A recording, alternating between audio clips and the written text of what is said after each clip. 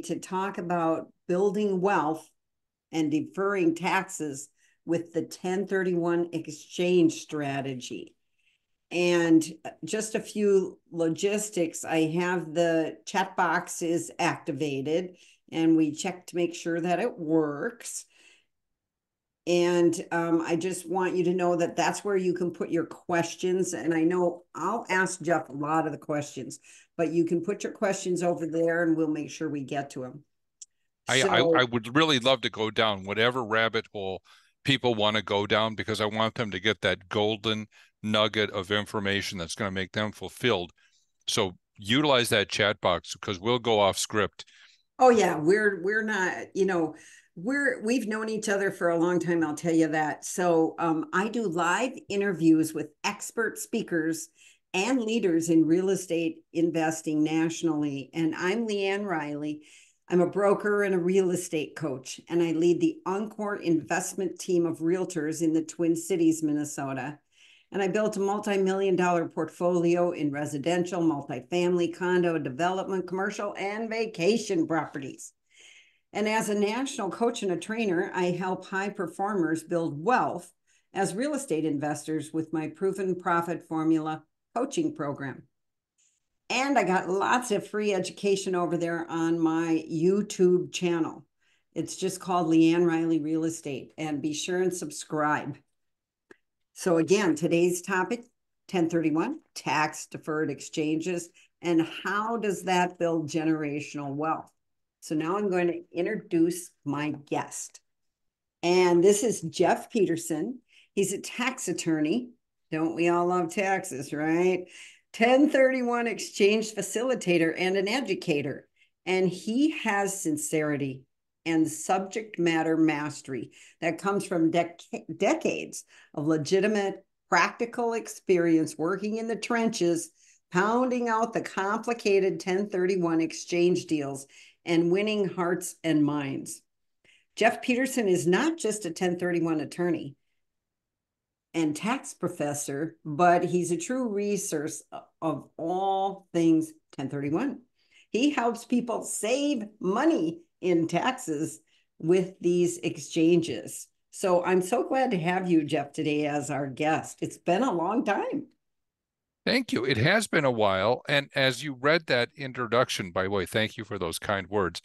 It occurred to me that what I really like to do is help people solve problems, because 1031s are never the same, and there's always obstacles and barriers. But what I really enjoy is collaborating with attorneys, accountants, financial planners, brokers, advisors to help the client resolve their problems and get the deal done. And it takes so many people. They say it takes a village to raise a child. Sometimes it can take a village of professionals to figure out how to get a deal done and how to get it financed. Totally, totally. And I always like to share, how do I know Jeff? And, real estate investing is about networking. And I first met Jeff when I did my very first 1031 exchange, and I didn't know what it was. And that was a fourplex, and I exchanged into an apartment building in Uptown. And good God, that had to be like early 1990s. I was going to say that was back in the 90s. Yeah, Yep. it was a long time ago. And I've done many more with him. And of course, sent lots of clients over there to get their 1031s done. And the thing about working with Jeff, it's always seamless, even when it's complicated. And I won't forget the one that I did. It was a reverse exchange. That's already complicated. And then there was divorced owners on the other part. There was 10 people sitting at that closing table. This is not that long ago, but we were all there then. And it took no longer than a normal closing, and there was nothing. It was just normal. It was so great to have that happen. So he can get it done. So Jeff, give us a background about what led you to become an expert in 1031s. Well, I kind of fell into it. I went to law school, graduated from the University of Minnesota, and got into title insurance. And I was a title insurance underwriter, both for commercial, primarily commercial, but also residential. And I met some folks from Lawyers Title, who had purchased our title insurance company, and they thought I'd be a great 1031 guy. So they trained me on the 1031, showed me the ropes, and I built them a really nice business. Their business evolved to become known as Land America. And I got out of there after a few years, but eventually Land America became a bankrupt entity and lost everyone's money that they were holding. And it blew up not only their 1031 subsidiary, but their title insurance underwriting company as well. Went over to another competitor, built them up a nice business of well over $1 million of net profits. And, I decided that working for a big publicly traded insurance company wasn't really going to float my boat. I wanted to own my own business. And so in 2005, I joined as a partner and owner a company called Commercial Partners Title and Commercial Partners Exchange Company. And it has been my passion and my pleasure to be a humble administrator and facilitator of exchanges. I'm very fortunate to be married to Marna Peterson, who is what I call the Marna multiplier. She is, catching stray balls and fixing deals and just doing everything that we need to do to get deals done for clients. And I've got a great staff of people that are very accomplished and proficient and take pride in their work, and they're detail oriented. And so my staff is great. My team is great. And I keep thinking, this downturn in the economy is going to affect our business. High interest rates are going to affect our business. But no, we are just busy, productive, and fully engaged every day. It's a battle to keep up with the business, to be quite honest. I also am a teacher. I have taught federal tax law at Mitchell Hamlin, formerly William Mitchell. I love teaching. I teach a class that's a 4-credit semester-long class on introduction, basically, to the federal income tax code. So in addition to knowing 1031, which is my bread and butter, I am fortunate to know a lot of other code sections and how these code sections sort of interact. And that can be part of the problem solving, is maybe saying, maybe a 1031 isn't even the tool here. Maybe you should be looking at a different vehicle. So that's fun. Ah, boy, you're a numbers guy if you like the tax code. Okay, so why don't you explain, because not everybody understands, what is the 1031 rule for deferred taxes? So in the code, going back to like 1921, there's been provisions that defer the recognition of gain. It was originally thought of as a situation where you're trading or swapping, like an old-fashioned horse swap. I'll trade you my land and you trade me your land, and we do a trade. And since we're not cashing out, we're just continuing our investment into other property, that was viewed as a fair deferral because you're not cashing out. You're no different than your neighbor who's a farmer and is not selling at all, just keeping their land. You're just trading for maybe a more productive parcel or a more synergistic parcel. So there's been this rationale that as long as you're not cashing out and you're continuing your investment into other like-kind property, it would actually be unfair to penalize you with the recognition of gain. And also, think about it. 1921 is when this came into the code. We'd just gotten done with World War I, the Great War, as they called it, and we were in debt. We had spent a lot of money on that war, and we needed to goose up and stimulate our economy.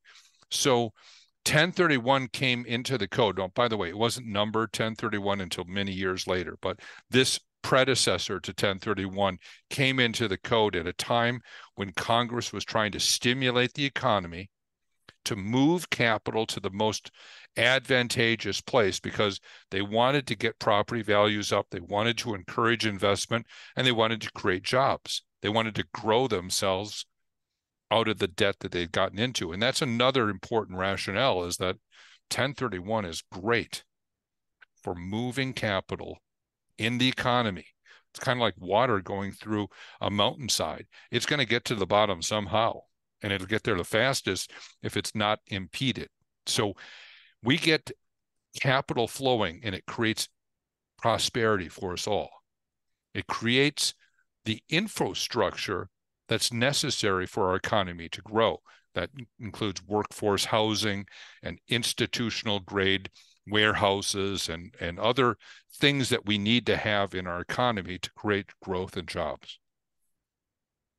Okay. And so now there's rules of how to do this 1031. So you have a piece of property, you got this apartment building, and you're moving maybe, and you want to buy an apartment building in your new town. Okay. So you might want to do a 1031, right? Absolutely. There are rules, and there are so many different motivations for doing an exchange. Yes. One that I see here in the Minneapolis area is what I call the grumpy goats. These are people that are kind of fed up and grouchy. They're tired of higher taxes. They're tired of higher insurance. They're tired of their tenants. They're tired of local government regulations and restrictions. And maybe they've got 5-year term loans coming due, and they're not excited about the higher interest rates. They're just grumpy about everything, and they just want to try out a different city or a different town. So they sell their relinquished property, but they don't want to get slapped with the taxes, so they do a 1031 exchange. The first thing that they have to do is they need a qualified intermediary. If they leave that closing room with their proceeds in their hand, wah, wah, wah, wah, you've got the recognition of gain. So a qualified intermediary, such as our company, CPEC 1031, or more specifically, Commercial Partners Exchange Company, we act as an insulator. We take possession of their proceeds. You're basically hiring us to not give you your money, but instead, under the contract, we utilize that money to buy those replacement investments that you designate within 45 days after the date of closing. So you want to know a rule. The first one I'll teach you is the 45-day identification period is the period of time that you have to designate clearly and unambiguously what replacement properties you want to purchase. The easiest identification rule is the 3-property rule. Under that rule, you can list any 3 properties. I'm looking out my window. I can see the Wells Fargo Tower. I can see the IDS Center, and I can see the Fauché Tower. These are 3 incredibly expensive pieces of real estate, but it doesn't matter. It's 3 or fewer. It doesn't matter how expensive they are, because under the 3-property rule, it doesn't matter what their costs are. It just matters that it's quantitatively 3 or less. Now, an alternative rule is called the 200% rule. That would allow you to designate or identify more properties, but the total aggregate value of the properties that you identify cannot exceed twice the value of what you relinquished. So, LeAnn, let's say that you sold a property for $1 million. You could list up to $2 million worth of replacement candidates by midnight of the 45th day, and you'd still be okay. Doesn't matter if it's 8 or 9 properties. It just matters that total value can't exceed that ceiling of twice the value of what you sold. Okay, and the problem is, I know this from my own experience. I might not find the right property in those 45 days, and I'm out shuffling. And then even if I find it, I have to get it under contract, or it doesn't do any good to be on my list. Right. And it's a tight market. It's tight. There's a reason why prices are holding high. It's partly because there's not a lot of sellers, and there's more buyers interested. They're not as deterred by these high interest rates. So you got to think ahead. You do. You have to think way ahead, because I ended up buying a building to save the tax money that I probably shouldn't have bought. Okay. After I bought it, I learned all of that. I had not this yeah, the city got involved, and yeah, I didn't do enough due diligence, but I was pressured with that 45-day thing. You were under the gun. I was under the Um, gun. People sometimes let the tax tail wag the dog, and they let tax decisions drive their decision making. Um, an old friend of mine did an exchange. He's now deceased, but he bought this is a multifamily person, only owned housing, multifamily housing. But he was under the gun. He identified a meat packing facility in St. Cloud.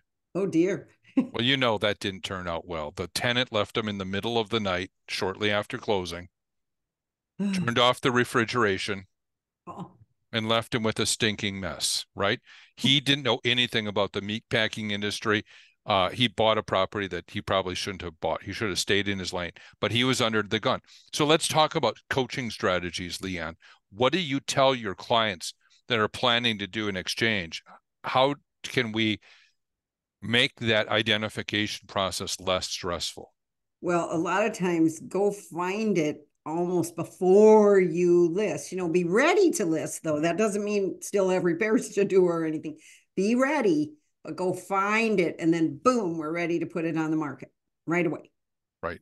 And I, price it right too. Don't sit there and price it way over thinking it's going to happen. we are seeing more and more clients locking up the replacement property with a purchase agreement or option agreement, so they've got a sure thing to go Yep. into. That's a great strategy if you can find a patient seller that's willing to let you tie them up with a contract. Maybe they're willing to be patient because they need time to get their, you know, stuff out of their location or whatever it is they need to do. But there are still a few patient people that will give you time then to sell your relinquished property, and then you got a sure thing waiting for you. Yeah. Yeah. But another strategy is called a reverse exchange. Yes. And let's say that you approach this supposedly patient seller and they say, LeAnn, go take a jump in Lake Minnetonka. We've got 7 other buyers that are all cash, ready to rock and roll. We're not going to be patient. We want to close right away. So you'd have to say, all right, I can play ball with the big boys. I'll do a reverse exchange, and I'll have my qualified intermediary act as my surrogate substitute purchaser. And the intermediary, that's me, will buy the replacement property. And under the safe harbor, which is set out in Rev Proc 2037, I can hold on to that property as your straw man for up to 180 days to allow you the time to offload your relinquished property. And then as soon as you've sold your relinquished property, we take the replacement property off the shelf and we transfer it to you to complete your exchange. And oh, by the way, while we're holding it, we can also do construction and make improvements on the property and enhance it while we're holding it. If you need to goose up the value of it, we can put a new roof on or add some attributes to it. Do you find that sellers sometimes don't understand this when, approached with like that? Yeah, you got these cash buyers, but I can do this. Sometimes they don't understand it. Do you help with that? Well, I mean, I like to help the buyer get the property. Okay. And sometimes that means also educating the seller Yeah, about the tools that they can use. And strangely, sometimes I will be the qualified intermediary for a buyer, and I'll also be the qualified yeah, intermediary for their seller, and I may end up be the QI for their seller. You can have a daisy chain of 1031 exchanges going on because everybody wants to defer their gains, and absolutely. everyone's usually reaching up for the more appropriate, more advantageous property. I have to circle back though. I got off track. We talked about the 45-day identification period and Yep. the 3 property rule, the 200% rule. There's also a very more seldomly used rule called the 95% rule. But the other deadline I really was remiss not to talk about is the 180-day exchange period. You got 180 days to complete your exchange. And I know I'm not telling you anything that you're not aware of, but if you're at the end of the year and you close on the sale of your relinquished property, say in December, you don't get your full 180 days if the due date for the filing of your federal income tax return pops up within that 180-day period. So what a lot of smart real estate agents and brokers do is they send an email to the client and they copy the client's accountant or tax preparer, and they say, look, I know you're in the midst of this 1031 exchange. I want to loop in your accountant or tax preparer just to let them know that you may need to file an extension if you need to get the full breadth of your 180 days, because you can't extend the 180 days, but you can extend The taxes. the tax filing. Right. That's being a proactive, holistic real estate professional. You're not only thinking about the deal, but you're also thinking about the others and helping them be successful. I just think that'll get you more business. That accountant will probably refer you business because they'll remember, oh yeah, LeAnn's the one that saved my bacon because I would have filed that thing timely if she hadn't alerted me. You know, that there's a new one you just taught me right there, Jeff, that is very useful because I'm sure there's been a lot of people stuck in that loop. And then Yes, they're upset, you know, they not are. realizing the 180-day thing, how it all works. That's why you need a good intermediary who's educating you along the way. I want to get into the accounting of this. And everyone says, oh, accounting, that's boring. But it's not, because I'm going to show you what you need to know. Okay. When you do an exchange, there are 3 benchmarks, 3 mantras that you're thinking in the back of your head. In order to defer the gain, you have to buy replacement properties of equal or greater value. We don't want you cashing out. We want you to continue your investment into at least an equivalent valued property. LeAnn, are you a capitalist or are you a capitalist? I'm a capitalist. Right. Capitalists are not satisfied merely doing a lateral exchange into an Oh, equivalent value property. We like to reach up and stretch and make that equity work hard for us, squeeze every bit of energy out of that capital to buy more expensive property. So for us, attaining an equivalent or greater value is no big deal. Next, you have to reinvest all of that equity. That money that you entrusted to the intermediary to hold, it should all be redeployed into the property. LeAnn, if you take $1 off the table and put it in your pocket, that first dollar is not the return of your basis. It's the gain that you just put in your pocket. And that burning sensation on your hip, that is the recognition of the gain that you're sensing, you know? So we tell our clients to delay their gratification. Don't take any dollars off the table. Redeploy them all into the property. So value, up or equal, equity, up or equal. And then on the debt side, when you pay off your mortgage on your old property at the closing, it feels good to get that debt off your back. But in order to fully defer the gains, when you buy your replacement property, you need to take out debt of an equivalent or greater amount, or you have to add more cash out of your own pocket. If you win the Powerball lottery and you want to pay cash for your $2 million replacement property, no problem. The cash in will also offset the debt relief. But that's your mantra: value, equity, and debt. Now, here's what I tell people. If you want to do a partial 1031 exchange and pay a little bit of tax, you can do it. yeah. But the first thing that happens in a 1031 is that your old adjusted basis gets transferred to the new property. And you really don't start enjoying any benefit from your 1031 deferral until you've bought replacement value over and above your transferred basis. If my old basis was $200,000 and I buy a $300,000 replacement property, I'm deferring gain on that $100,000 of additional value that I just bought over and above my transferred basis. Well, that's great. But the problem is maybe my gain was $700,000 and I bought down in value so much that I only ended up deferring $100,000 of gain. So the rules are kind of stacked against you. You can really fix everything by reinvesting all your cash into more expensive property. And that's, I think the key is that's what you're motivated to do.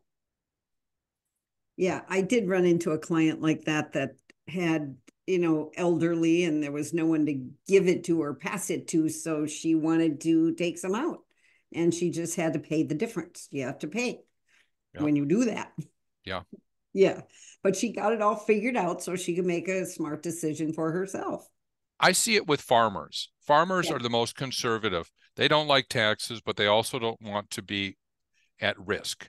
And so they'll do a partial exchange and take some cash off the table and put it aside for a rainy day because they're very conservative. They would love to defer it all, but they can't bring themselves to do it sometimes. They need to sock away a little cash for a rainy day.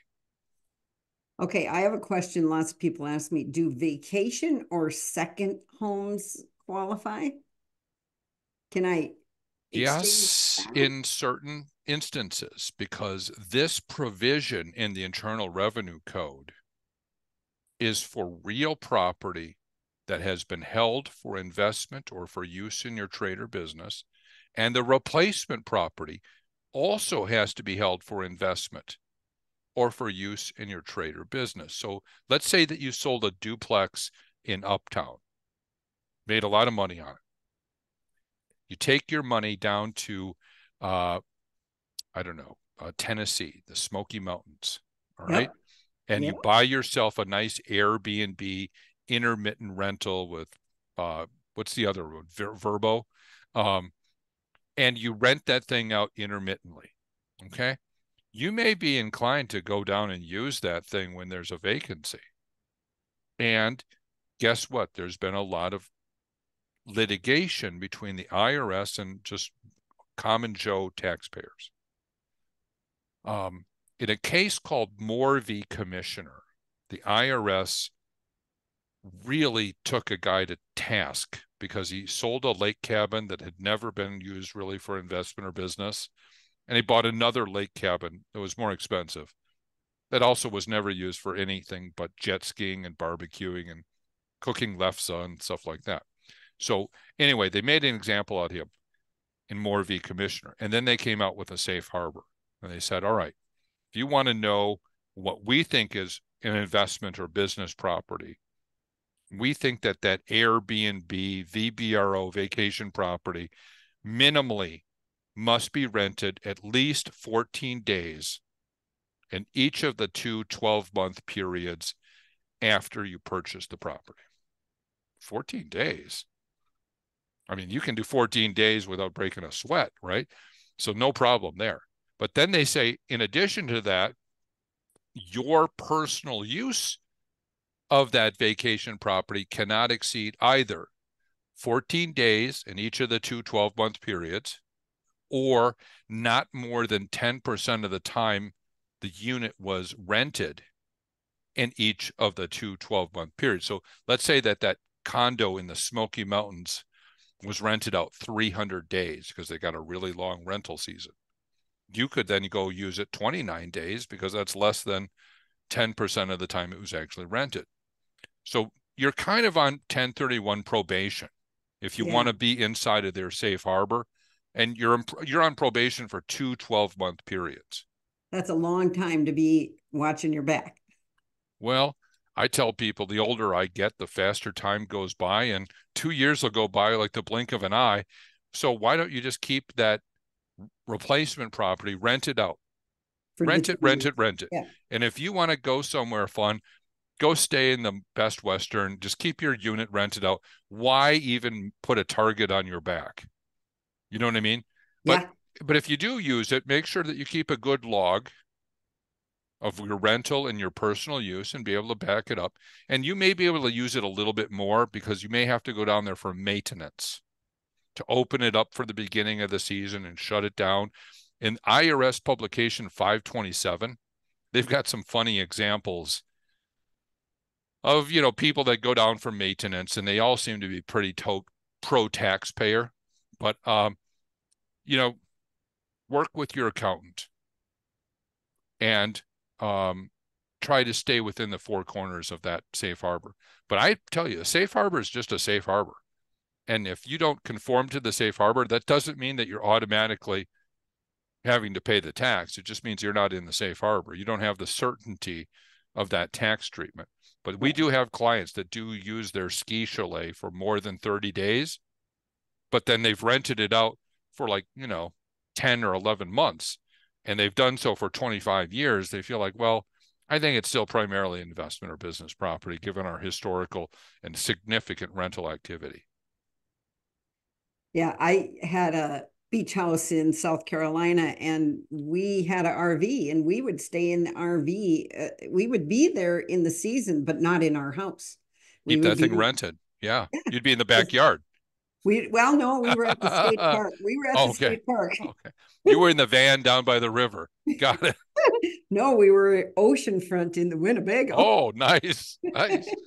Yeah, we're seeing a lot of people do 1031s into South Carolina because Florida's a little overpriced, a little competitive. Myrtle Beach is real popular right now. And they seem to be more friendly to the intermittent rental, whereas parts of Florida are getting kind of hostile and It's tough. not allowing that rental.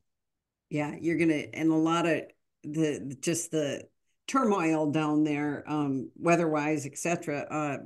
People are selling a lot of short-term rentals. I'm Yeah, not sure that I even like short-term rentals because there's a lot of fees and expenses. There's a lot of wear and tear, and it's it's getting saturated. it Like is. 7 years ago, there weren't so many competitors out there. I'm not sure I'm really down to be an Airbnb VBRO, but I just heard about a new one. Forgot what it was called. It was like Peds Bed Slip or something like that. They're basically renting out beds, rooms. Wow, in your Um, house. Yeah, yeah, and it's I forgot what it's kind of like couch surfing. yeah, Um, that's been around a long time. Okay, I have a question because I have a lot of duplex, fourplex owners. They're selling a duplex. Can they buy land with their 1031 money? Is that okay? you can buy any real estate in the Okay. United States of America. Um, I get a little nervous when you're going from improved real estate, where there's been depreciation taken on the building, and you're going into raw land like tillable acreage. Unless that raw land has got like drain tiling or something in it or other agricultural improvements, Improvement. I get a little nervous because there can be a little disconnect between the depreciation you may have taken, especially accelerated depreciation, Yep. what we call the 1245 gain, and if you're going into plain old vanilla 1250 property, it can cause a little bit of a unforeseen recognition of gain. And the same happens when somebody like owned a chicken coop or a grain bin or a silo. Those 1245 components on top of that agricultural land, you got to match those 1245 gains from your 1245 attributes, your real estate fixtures and improvements, with new 1245. It's not the end of the world if you have a mismatch, but it may cause a little tax inefficiency. That's where I like to involve the accountant. I want the accountant to look at the depreciation schedules they've used in the past Sure. to figure out their adjusted basis and the source of that depreciation. If we've got a lot of 1245 depreciation, we need to be more mindful that we need to buy something that is rich with 1245 components. Yeah, that makes sense. It really does. So selling a duplex to buy your hunting land might not work. Well, I would never call it hunting land. I would probably watch my P's and Q's for the first 12 months. I would probably lease out the hunting rights to an unrelated third party for the first two 12-month periods, Ah, because I want to be able to say, if I get audited, I've not used this at all for personal use. In yeah. fact, I've maybe got the hunting rights leased out. I might be selling the forestry rights to extract the lumber.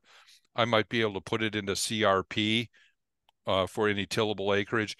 Um, I want to really walk like a duck and talk like a duck, so I'm perceived to be a duck, which is an investor or user in my trade or business. I do not want to be viewed as a personal use Yeah. abuser. Yeah.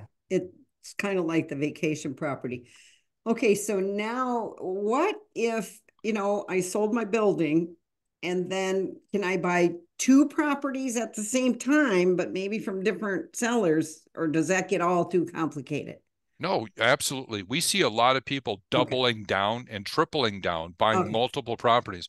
The problem is you got to identify them Yeah. within the 45 days and close on them within the 180 days. Yeah. Um, we had a Or client, shop ahead if you're gonna do that, get those things under contract, then yeah, we had a but it client can be done. that owned his own optometrist practice. He sold his eye doctor business, but he retained the building. And Okay. when the new optometrist wanted to buy the medical building from him, he was like, "Fine, I'll sell it to you, but I need at least 9 months lead time." And so what the old retired doctor did is he went to, I think it was Pulte Homes, and ordered up 3 or 4 brand new, freshly constructed single family homes that he was going to use as rentals. And he gave Pulte a little head start at like 4 or 5 months. And then when they were kind of getting close to having the certificate of occupancy and were ready to transfer the property, then he went to the new eye doctor and said, "Okay, kid, let's get this thing closed and I'll have my 1031 funds used." And he had pre-ordered with Pulte, and Pulte holds on to the lot and the building. They deliver the whole kit and caboodle at the end. So he basically orchestrated a sure thing. Yeah, he sure did. And he Yeah. didn't want to have any hassles of deferred maintenance. He wanted fresh, beautiful stuff. No problems renting that stuff out. Yeah, but it was well planned and then executed.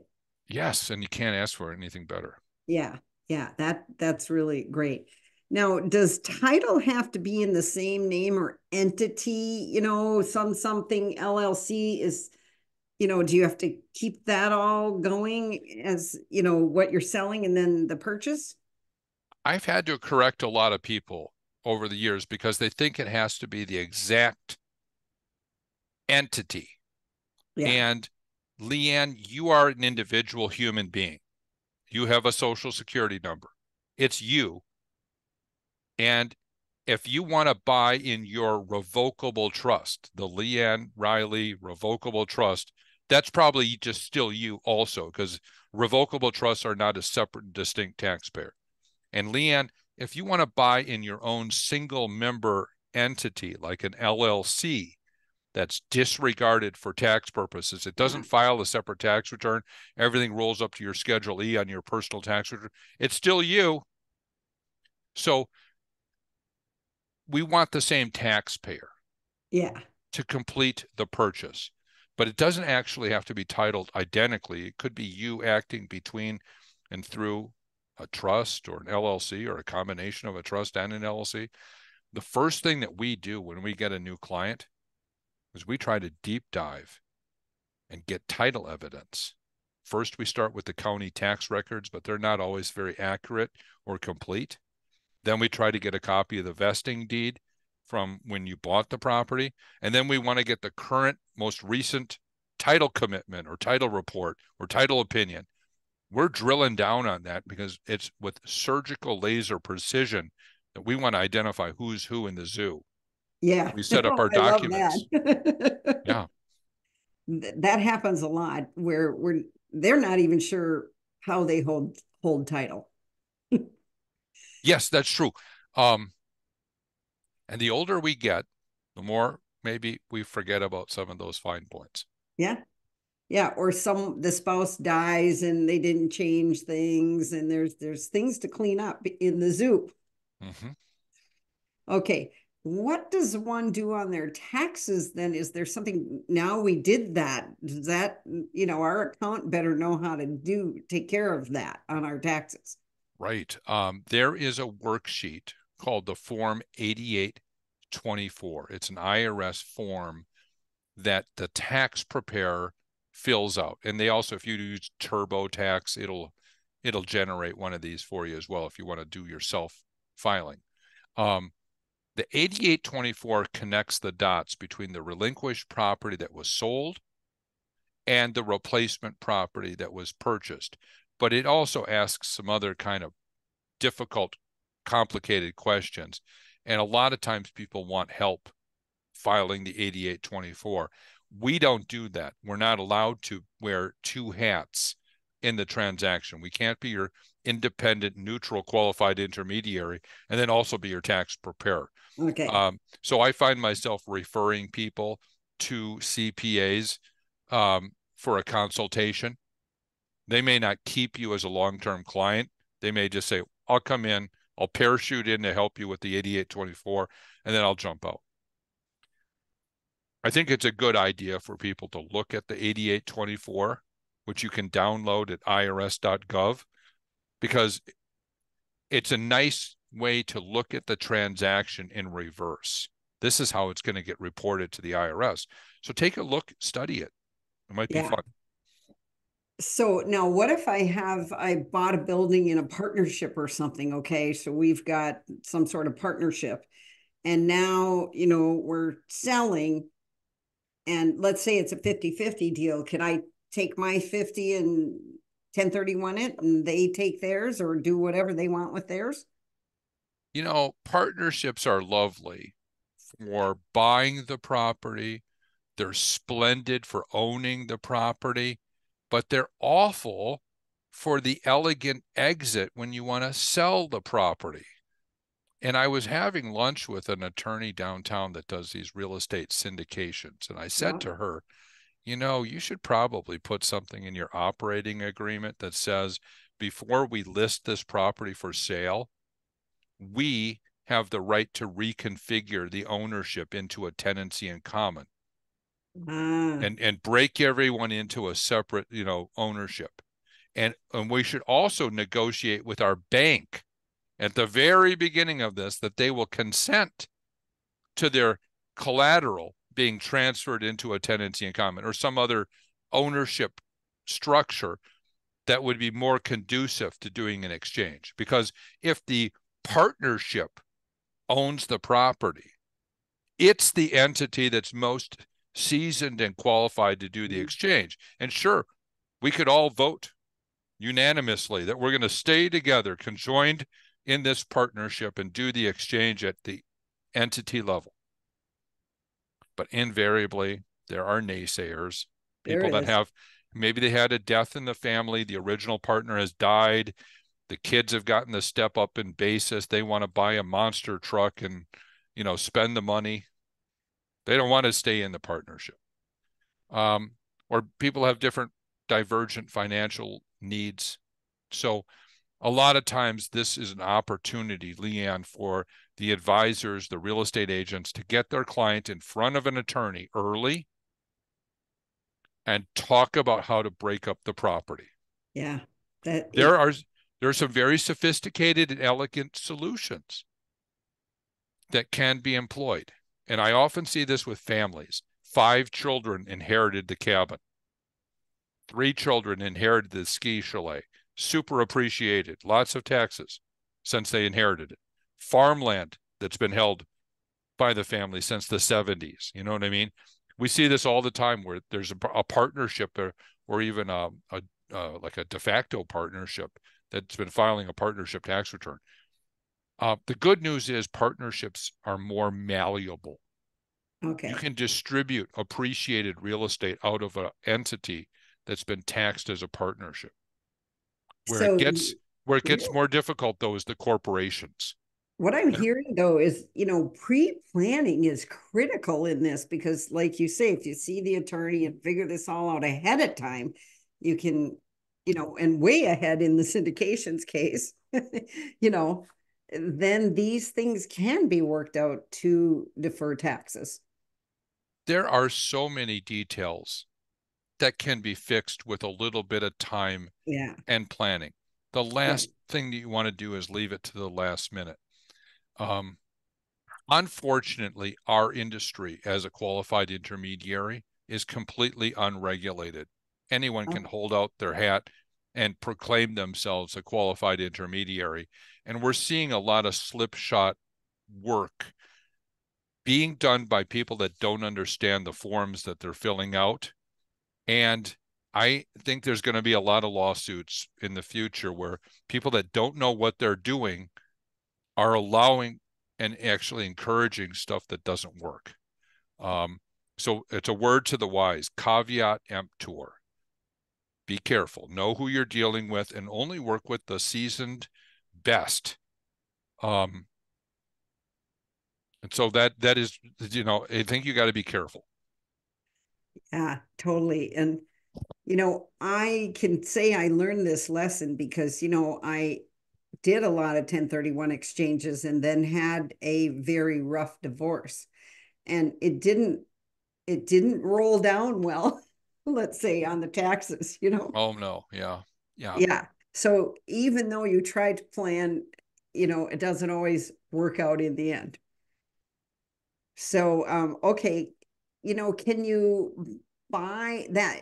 I think you answered this with your home building guy. You can buy a property and get a construction loan at the same time and be improving that new property we're getting. Well, the doctor was a kind of a unicorn. He had planned his acquisition before he sold his relinquished Right. property. That's an Right. unusual event. Normally, people are selling their property, parking their money with the intermediary, and now they're looking for the replacement property. Well, what if the replacement property is $130,000 less valuable than the relinquished property that you sold? How can you fix that gap in value? Well, if the property that you're buying is an ugly duckling and it needs to help to be re-beautified and reanimated, we can actually form an LLC owned by the intermediary Ah, and acquire the property while you arrange for the construction of the improvements to occur. Those 2x4s need to be pounded in. The beautification has to be done. The remodeling has to be okay. completed within that 180 days. But the really unfortunate thing is people think that they can buy the replacement property and then remodel it. But Right. unfortunately, the IRS takes this weird position that once you own the property, any improvements that you make to it post exchange don't count for your 1031. Ah, So you got two ways to fix that problem. You could go to the seller and say, "Seller, I love your property. Would you make $130,000 of real property improvements before closing?" Are they no, going to do that? No, no. because they're going to be afraid. They're going to like, you want me to paint the whole house purple and then you're going to leave me at the altar and not close with me. I can just see this. So they're not going to facilitate your construction, No. probably, unless they're Pulte homes or something like that. They're not going to facilitate it. So the intermediary is the only viable person that could come in as an exchange accommodation title holder, hold the property while you arrange for the remodeling and improvements to get constructed. So it's worth $130,000 more than your original price because you want to goose up that value so that it's at least equivalent, if not greater than what you sold, Yep. minimally equivalent. Oh, we have a client that is buying a property and she's going to turn it into a commercial kitchen for these food trucks and food delivery services. There's an area that's underserved and they need a commercial kitchen built up there, but it costs money to convert an existing building into a commercial kitchen. She needs refrigerators and chillers and stainless steel counters built in, and she needs tiling done for hygiene and food standards. So she's going to spend a lot of money on a build to suit. But when she's done, she's going to have a very valuable property, and she's already got these providers of food trucks and food delivery services that want to sign up with her for use of that facility. They can cook there and then put it in the truck and take it. And it's a 4-acre parcel, so she's got room for the trucks to sit in a secure fenced location. So at nighttime, that place is going to have lights, cameras, fenced in, chain linked. So everything's ready to go for the food truck and food delivery providers. So you're holding the money in the middle, like you said. We're going to buy the land in an LLC owned by the intermediary, and we're going to dole out the construction draws as long as we have money to do so. She's going to need a construction lender. Yeah. A local, small, nimble bank is going to step in to fill the gap. We're going to sign that mortgage because we're going to own it in our LLC. And she's going to sign the co-signing or guarantee. And eventually she's going to be assigned that sole membership in that LLC. So she'll own the LLC that owns the commercial kitchen and the land. You know, what I really hear is it takes a lot of creativity to come up with the way that this can all roll together, but it can work. And it can take a village of professionals. You might need an attorney. You might need an accountant. You might need an architect. You might need a really great real estate agent or broker. You might need a good banker. I need to make friends with the city too. Yes, that's true. We've got people building in western Wisconsin. It's an attractive area. It's growing, building apartments. But you don't get anything done without the local government blessing. You know, you got to get ahead of them and get approval at the city council.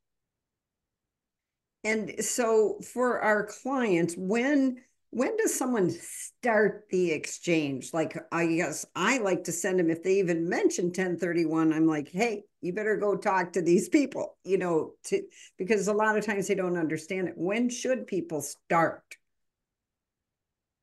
I think that there's a part of your brain that never turns off. And you don't just start the exchange, but you're living this exchange process all the time. Because I want you to start with a single family rental. I want you to exchange that into a duplex. After a while, I want you to parlay into an 8-unit. When you've got your chops and you're kind of ready, you're going to exchange that 8-unit for a 24. And before you know it, you're going to be up to 60, 100 units. You can use 1031 to build the wealth without the drag of taxation. And I have seen it happen with people have actually started with a single family and they've accumulated an enormous amount of wealth because they're reinvesting their equity. They're not cashing out. They're delaying their gratification. So they get to roll the taxes in, and they're using OPM, other people's money, and leveraging that. And as you build your skills and perfect yourself as a steward and good provider of housing or whatever kind of real estate you get into, but mostly I see it in multifamily, lenders will take a bigger and greater chance on you once you've established yourself as a good operator. I did exactly that to grow to the $14 million portfolio. Exactly that. From starting from the little duplex up.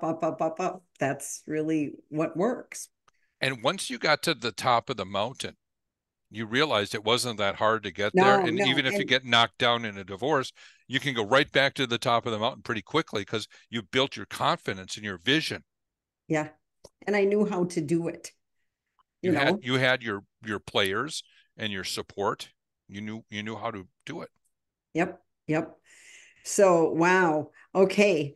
Any other, just to wind up here today, any other tax ideas or anything is there anything new coming down the pike? What's coming down the pike? I know they try to shut down 1031s all the time, but it never really makes it all the way. Are we worried? I am worried. whether you're a Democrat or an independent or Republican, it doesn't matter.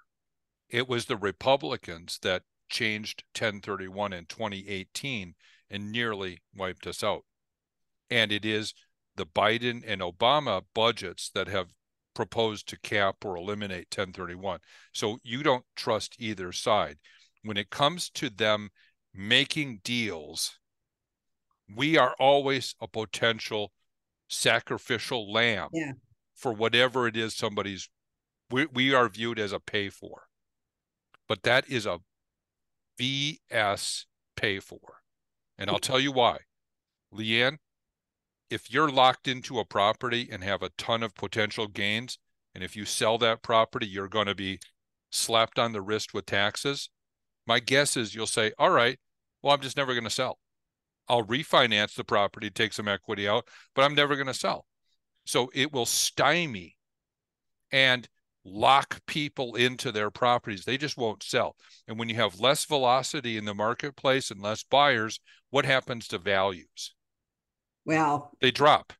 And when the values drop, now you can't refinance your property to fix the elevator or repair the roof, and your properties go into decline. And when the properties go into decline, they drop in value more. So if they take away 1031, they're not considering the lock-in effect. They won't collect the revenue that they anticipate because sales will not continue at that same level. And I'm going to tell you what, whether you're in San Francisco, downtown Minneapolis, Chicago, or any major urban core, you have had the ravages of the telecommuting and the post-COVID work modality. And there are a ton of commercial properties in these urban cores that are already super stressed out. If there's one thing that the Federal Reserve is worried about, they think it's manageable, but they're worried about it. It's the urban core commercial real estate. And that not only includes offices, but it also includes the condominiums and the homes in close proximity to the urban core, where you are seeing prices down considerably. Anyway, don't mess with 1031 if you want to keep the economy vital, because it's what's propping up and encouraging more employment and more economic growth. As it did in 1921, it's still doing it in 2024. That's not a political pitch. That's just a fact. We have one question there from Prudy. Can one sell 2 rentals and purchase 1 rental property? You can sell 2 duplexes and purchase the 10 unit. I'd like to ask Trudy if both of the properties are owned identically. Is Trudy the owner of both of them, or is one of them owned by some other, taxpayer or entity? And I'd also like to remind Trudy that Prudy owns both. Okay. Prudy, you got to buy a property of greater value than the sum of the 2 sold properties. So you could sell 2 duplexes and buy a 12 unit, right? You want to buy up or equal in value, and you want to reinvest all of your equity. And why not do exactly what you're talking about? Because it's a lot easier to consolidate your managerial attention on one big property than 2 smaller properties that might be spread out in different geographic areas. If you have your eye on this ball, it means you're not watching that ball. I'd rather have you have 1 big unit, 1 furnace, 1 roof, and 1 location to concentrate your energies on, to master your development and your managerial skills. Great. So we're wrapping up here, but I know all of you are thinking, where do I find Jeff? So I'm going to share screen real quick and show you how to find Jeff. Okay, right here. Jeff Peterson, here's his phone number. 612-643-1031.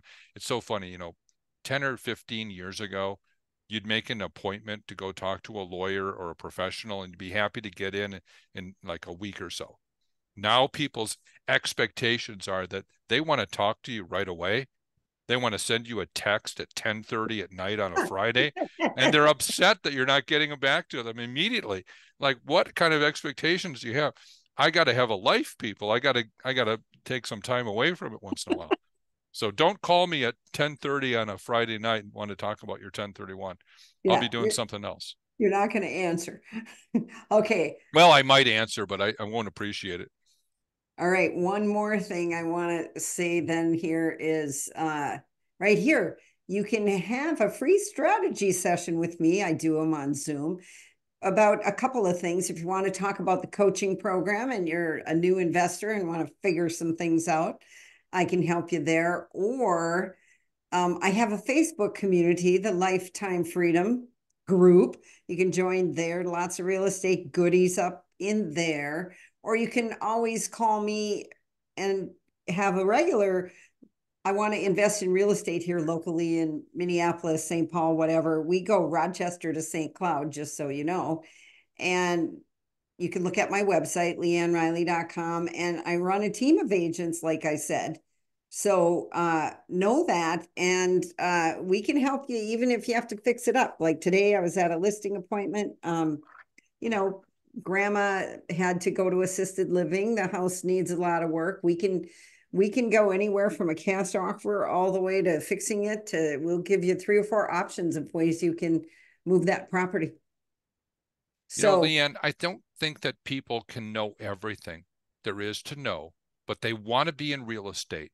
They don't want to be tied to a 9-to-5 job and the whims of their boss. They want to have some wealth that they can rely on when they have to retire, because who knows if Social Security will be around when these people get up in the years. So I think that people should get coaching.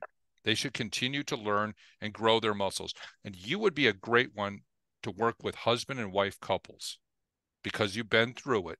yep. You should be an unlicensed marriage counselor, right?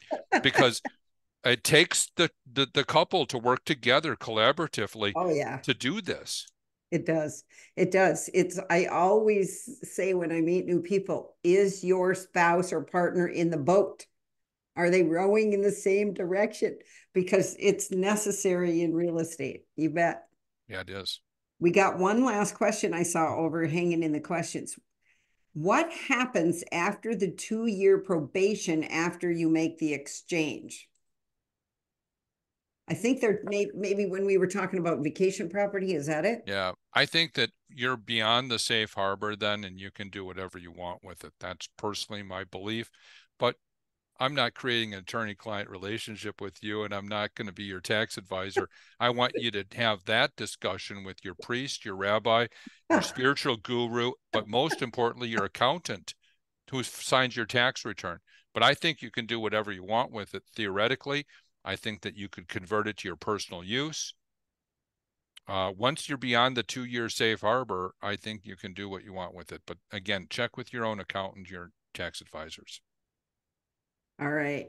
Well, thank you so much, Jeff. You know, a lot of people, when I put this announcement out, they were like, oh, I'm excited about this because there's so much confusion over how 1031 work. People maybe heard the word, but they don't get it.